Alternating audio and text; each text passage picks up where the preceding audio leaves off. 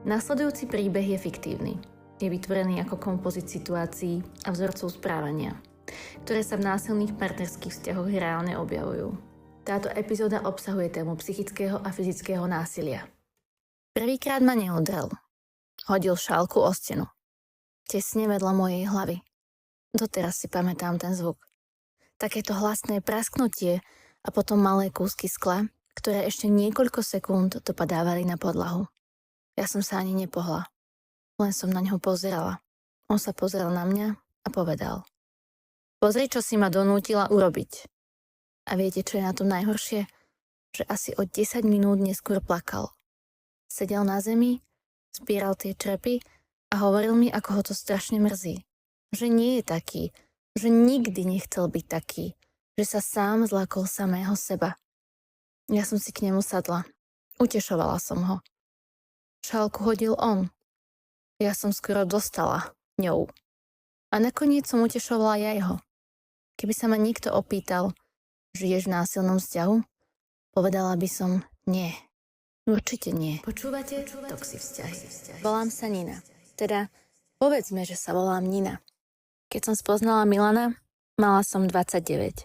A keby ste čakali, že vám teraz poviem, že už na prvom rande bolo jasné, že s ním niečo nie je v poriadku, nebolo.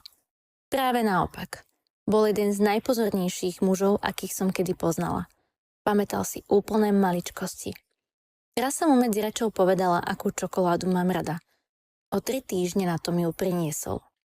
Keď som bola chorá, prišiel ku mne s liekmi a polievkou. Keď som mala zlý deň v práci, nepotreboval všetko vyriešiť, len ma objal. Moja mama ho mala rada. Kamarátky tiež. Dokonca si pamätám, ako jedna povedala: Nina, konečne normálny chlap. Presne tak som ho vnímala. Normálny, bezpečný, pokojný. Po asi 8 mesiacoch sme sa nasťahovali spolu. A potom sa začali diať také malé veci.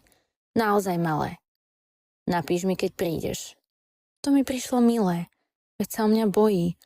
Potom, kde ste? Neskôr, kto tam je?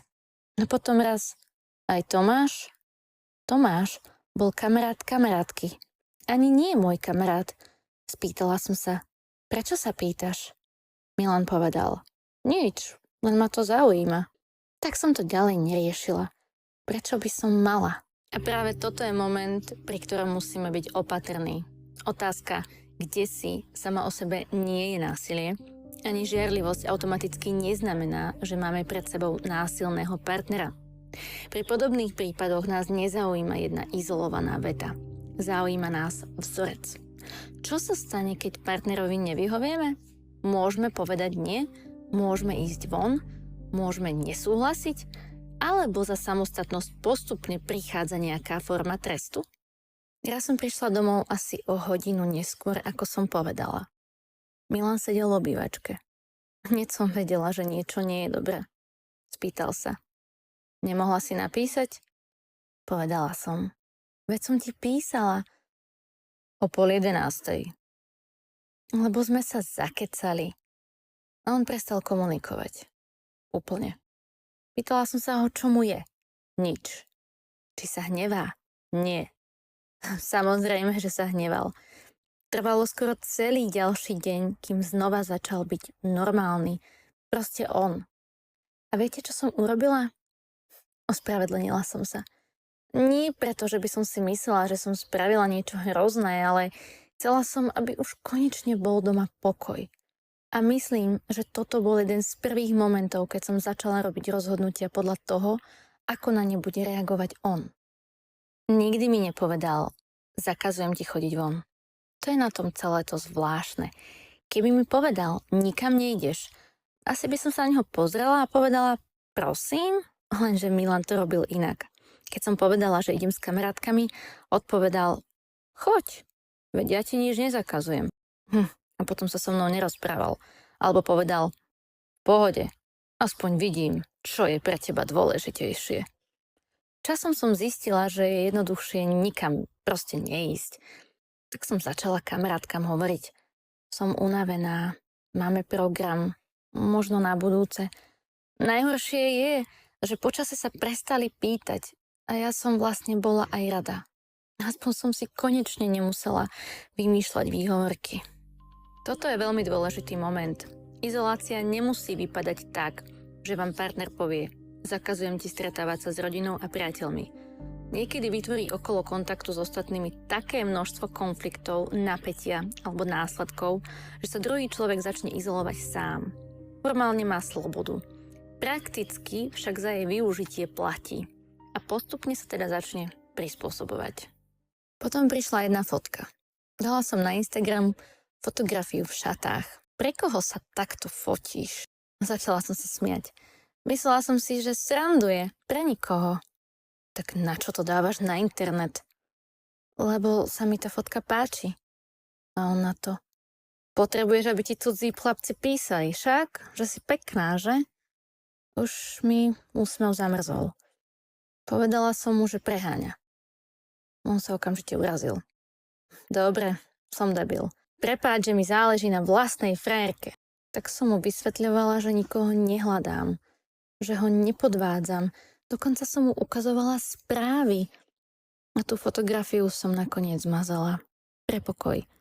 Toto slovné spojenie som vtedy používala veľmi často. Pre pokoj. Zmažem fotku pre pokoj. Nepôjdem von pre pokoj. Ukážem mobil pre pokoj. A vôbec som si nevšimla, že ten pokoj existoval iba vtedy, keď som urobila to, čo chcel on. Hranice sa často neposúvajú naraz. Posúvajú sa po centimetroch. Jeden ústupok môže vyzerať bezvýznamne. Problém nastáva vtedy, keď sa z malých ústupkov stane systém. Človek postupne mení správanie nie preto, že niečo sám chce, ale preto, aby zabránil reakcii partnera. A to je ten zásadný rozdiel. Neskôr začal riešiť peniaze. Mali sme spoločný účet. Najskôr to dávalo zmysel. Platili sme nájom, jedlo, energie. Potom sa ma začal pýtať, čo bolo tých 38 eur? Kozmetika. A čo potrebuješ za 38 eur? Začala som niektoré veci kupovať v hotovosti.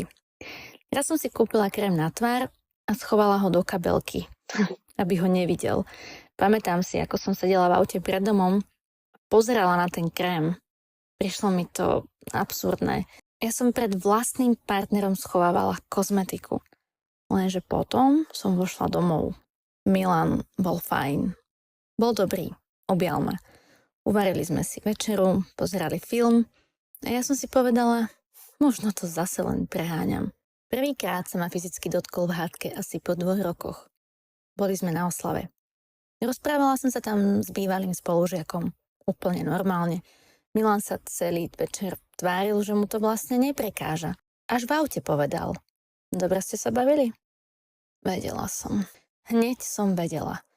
Povedala som, prosím ťa, nezačínaj. Začali sme sa hádať. Keď sme prišli domov, chcela som ísť do spálne. On sa postavil do dverí. Povedal, keď sa s tebou rozprávam, nebudeš odchádzať. Chcela som ho obísť. Chytil ma za ruku. Silno. Nebolo to dlho. Možno 3 sekundy, možno 5. Potom ma pustil. Na ruke som mala otlačky jeho prstov. Obaja sme na ne pozerali. Milan začal plakať. Do čerta, Nina. Hovoril, že nechce byť ako jeho otec, že sa nenávidí, že sa to už nikdy nestane. A ja som ho objala. Ja, jeho. Nasledujúce mesiace boli úžasné. A tým sa to celé ešte viac skomplikovalo. Toto je jeden z dôvodov, prečo otázka, prečo jednoducho neodišla, úplne míňa realitu mnohých násilných vzťahov. Medzi incidentmi môžu existovať dlhé obdobia pokoja, blízkosti, ospravedlnení a nádeje. Obeť nemusí čakať na ďalšie násilie. Môže čakať na návrat človeka, ktorého poznala na začiatku. A obdobie pokoja môže upevniť presvedčenie, vidíš, on taký v skutočnosti nie je. Potom prišla spomínaná šálka. Chcela som ísť cez víkend k sestre. Milan mal iný plán. Začali sme sa hádať. Ja som mu povedala, ja sa ťa nebudem pýtať, či môžem ísť za vlastnou sestrou. Zobral šálku, hodili o stenu. Tesne vedľa mňa a povedal, pozri, čo si ma donútila spraviť. Tá veta mi zostala v hlave. Pretože ja som potom naozaj premýšľala. Nemusela som to povedať takým tónom. Mohla som počkať. Mohla som byť pokojnejšia. Možno som vedela, že ho tým nahnevám. Až spätne mi došlo, aké je to absurdné. Ja som riešila spôsob, akým som oznámila návštevu svojej sestry. Nie to, že niekto hodil šálku vedľa mojej hlavy. Odtedy som začala viac predvídať. Podľa toho, ako otvoril dvere, som vedela, v akej je nálade. Podľa toho, ako položil kľúče na stôl. Podľa jeho ahoj. Keď mi niekto napísal správu, niekedy som ju vymazala. Nie preto, že som niečo skrývala, bála som sa otázok. Kto to je? Prečo ti píše? Prečo tam dal smajlíka? Prečo si mu odpísala? A potom mi Milan povedal, vidíš, keby si nemala čo skrývať, nemážeš si správy. A ja som už niekedy sama nevedela, čo je pravda, čo je správne a čo nie. Človek by čakal, že som sa rozhodla odísť po tej šálke. Nie. Ani potom, čo ma chytil. Nie. Môj bod zlomu prišiel v práci. Úplne obyčajný útorok. Kolegyňa povedala, v sobotu ideme s babami na víno. Poď.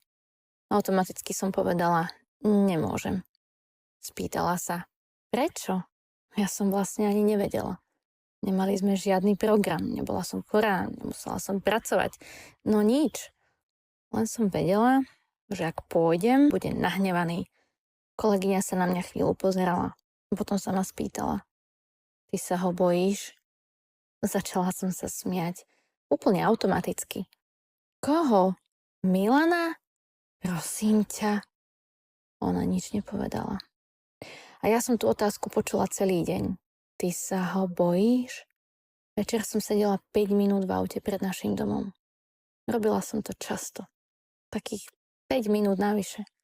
Až vtedy mi napadlo, prečo vlastne sedím v aute? Prečo sa mi nechce ísť domov? Prečo premýšľam, v akej nálade zas bude? Prečo si v hlave pripravujem odpovede ešte predtým, ako otvorím dvere? O pár dní som zavolala sestre. Povedala som jej všetko.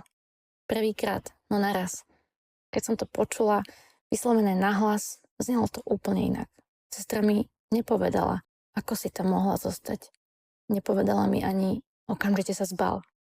Povedala, keď budeš potrebovať, môžeš prísť ku mne. Ak si myslíte, že som sa zbalila a odišla som ku nej, mýlite sa. Neodišla som.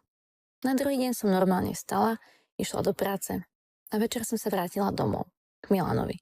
Dokonca som mala zvláštny pocit viny, ako by som ho tým, že som o našich problémoch povedala sestre, zradila. Milan o tom najskôr nevedel.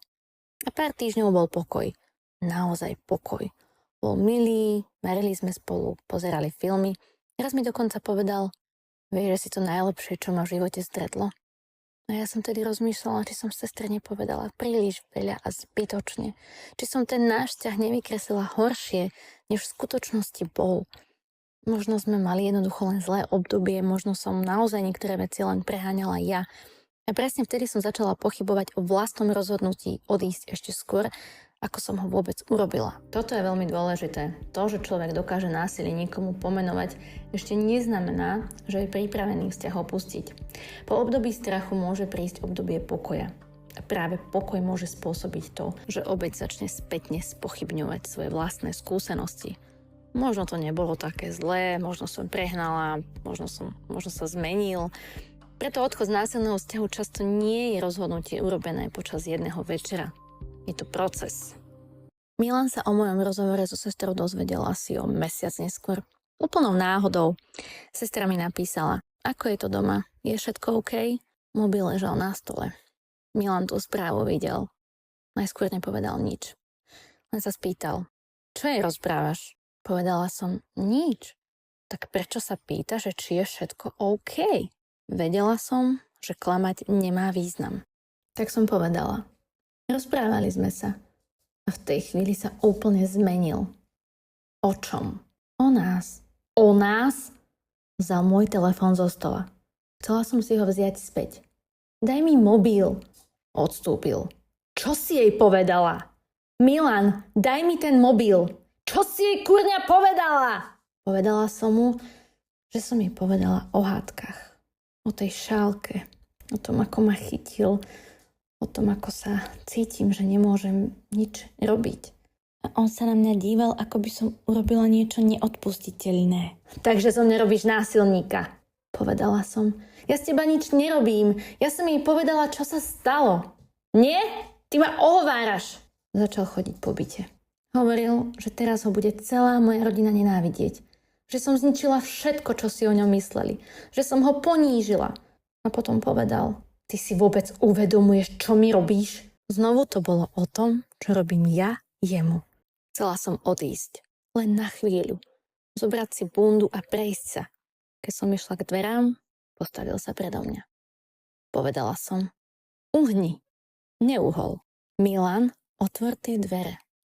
Nikde nejdeš, kým toto nedoriešime. Vtedy som sa prvýkrát naozaj zľakla. Nie preto, že kričal, ale preto, že som si uvedomila, že nemôžem odísť. Skúsila som ho obísť. Chytil ma za ramená a zatlačil späť. Povedala som mu, nech ma pustí. On kričal. Tak ma počúvaj, keď sa s tebou rozprávam. Zatlačila som do neho. A on ma odstrčil. Spadla som chrbtom na skrinku. Bolelo to. Nie nejak strašne, nemala som zlomenú ruku, nekrvácala som. A práve preto som si vtedy hovorila, veď ma vlastne neudrel, len ma odstrčil. Táto veta sa pri násilí objavuje veľmi často, v rôznych podobách. Neudrel ma, iba ma odstrčil, nemám modrinu, nebolo to až také silné. Človek sa niekedy snaží nájsť hranicu, za ktorou už bude mať právo nazvať toto násilím. Lenže fyzické násilie sa nedefinuje iba fackou alebo úderom. Bránenie človeku v odchode, fyzické zadržiavanie, strkanie či používanie sily na zastrašenie sú vážne prekročenie hraníc. A ďalší veľmi dôležitý prvok je odobratie možnosti odísť. V bezpečnom konflikte môže jeden z partnerov povedať potrebujem odísť, potrebujem sa upokojiť. V násilnej dynamike môže druhý človek rozhodnúť, že odísť nesmie. Po tom incidente bol veľmi zničený. Sadol si vedľa mňa. Chcel sa pozrieť, či som OK. Ja som nechcela, aby sa ma dotýkal a on začal plakať. Hovoril, ja potrebujem pomoc. Ja takýto nechcem byť. Objednám sa k psychológovi. Prisahám. A tento raz to naozaj urobil. Aspoň mi ukázal termín. A ja som povedala, tak dobre. Ak si priznáva problém a chce ho riešiť, možno by bolo naozaj nespravodlivé odísť práve teraz. To obdobie potom trvalo asi 2 mesiace. A bolo výborné. Takmer žiadne hádky, žiadne kontrolovanie telefónu. Dokonca mi povedala, aby som išla s kamoškami von. Napísala som sestre, je to oveľa lepšie. Odpísala mi, som rada, ale keby čokoľvek, stále platí, čo som povedala. Vtedy ma tá veta trochu nahnevala. Mala som pocit, že mu vôbec nedáva šancu. Potom prišiel večer, keď som mu raz povedala, že si potrebujem dať od nášho vzťahu pauzu. Ani som ešte nehovorila o definitívnom rozchode, len som chcela pár dní zostať u sestry. Milan bol najskôr úplne pokojný. Spýtal sa, takže odchádzaš? Povedala som, na pár dní. A potom? Neviem. Vtedy sa niečo zlomilo, povedal. Nie. Myslela som si, že som zle počula. Čo nie? Nikam nejdeš. Zobrala som kabelku. On mi ju vytrhol z ruky a hodil na zem. Povedala som, nech mi ju dá. A začal kričať. Ja tiež. Išla som ku dverám. Chytil ma zozadu a stiahol späť. Začala som sa brániť a vtedy ma udrel. Prvýkrát. Nebola to situácia ako vo filme, kde všetko zrazu stíchne. Práve naopak. Mala som pocit, že všetko sa deje tak strašne rýchlo. Kričal, ja som kričala. Snažila som sa dostať ku dverám, chytil ma znovu a pritlačil ku stene. A na pár sekúnd mi pritlačil ruku ku krku. Vtedy som prvýkrát nemyslela na to, čo som povedala, čo som urobila, ako ho upokojím. Napadla mi jediná vec. Musím sa odtiaľto dostať. Začala som kričať tak hlasno, ako som len vedela. A niekto na chodbe zabúchal na dvere. Milan ma pustil. Neviem, či sa zlakol susedov, polície, alebo toho, čo práve urobil. Ani som sa na neho nepozrela. Zobrala som mobil a kľúče, kabelku som tam nehala, topánky tiež. Vybehla som na chodbu, len po nožkách. Zišla som dole, sadla som do auta. Ruky sa mi triasli, že som asi minútu nevedela trafiť kľúčom. Potom som volala sestre. Keď zdvihla, nepovedala som jej celý príbeh. Povedala som iba, pamätáš, ako si povedala, že môžem prísť? Chvíľu bolo ticho. A ona povedala, áno, môžem prísť. Teraz príď. Veľa ľudí sa ma potom pýtalo, tak toto už bol moment, kedy si vedela, že je koniec? Nie. Ani vtedy som to nevedela na 100%. Na druhý deň mi Milan písal asi 30 správ. Ospravedlňoval sa, volal mi. Potom mi napísal, že pôjde na terapiu každý týždeň. Že prestane piť, že sa odsťahuje, že urobí čokoľvek. A ja som ho stále lúbila. To je asi jedna z vecí, ktoré sa veľmi ťažko vysvetľujú niekomu, kto to nezažil. Človek môže vedieť, že sa niečo stalo. Môže sa toho človeka báť a zároveň ho stále ľúbiť. Tieto dve veci sa absolútne nevylučujú. Trvalo ešte veľmi dlho, kým som prestala rozmýšľať, či sa naozaj mám vrátiť. Ale už som sa nevrátila. Keď sa teraz na celý príbeh pozrieme spätne, môžeme vidieť, prečo bolo dôležité nezačať ho prvou fackou. Pretože prvá facka nebola začiatkom. Bola eskaláciou niečoho, čo už dávno prebiehalo. Najprv prišlo sledovanie, potom žiarlivosť, trestanie mlčaním, postupná izolácia, kontrola telefónu, kontrola peňazí, strach z partnerovej reakcie, ničenie predmetov, bránenie v odchode, strkanie a nakoniec otvorené fyzické násilie. To neznamená, že každý žiarlivý človek sa raz stane fyzicky násilným, ani že každá hádka musí smerovať k násiliu. Ale v tomto konkrétnom príbehu môžeme sledovať postupné znižovanie Nininho priestoru na slobodné rozhodovanie. A veľmi dôležitá je ešte jedna vec. Po každom prekročení hraníc nasledovalo obdobie, ktoré Nine dávalo nádej. Ospravedlnenie, ľútosť, sľuby, zmena nejakého správania. Niekedy je reálny pokus vyhľadať pomoc. A preto sa hranica v jej hlave za každým posunula ešte o trochu ďalej. Najprv si povedala, veď mi nič nezakazuje. Potom, veď ma neudrel. A nakoniec čakala na situáciu, pri ktorej už nebude možné povedať, nebolo to až také zlé. A práve preto otázka, prečo neodišla pri prvom incidente, často nedáva veľký zmysel. Pre človeka zvonka je prvý incident jeden bod na časovej osi. Pre človeka, ktorý je vo vnútri vzťahu, je zasadený medzi stovky dobrých dní, spoločné spomienky, nádej, strach, vinu, lásku a presvedčenie, že tento raz to možno naozaj bude iné. A možno najvýraznejší moment celého príbehu nebol ani úder. Bol to okamih, keď Nina začala svoje každodenné rozhodnutie robiť podľa jednej otázky. Čo mám urobiť, aby sa nenahneval? Pretože práve vtedy už strach začal riadiť jej život. Toto bol jeden príbeh, nie diagnóza. Nie je návod na to, čo musíme urobiť. Ale možno príležitosť všimnúť si niečo, čo ste doteraz nevideli. Počúvali ste Toxi vzťahy.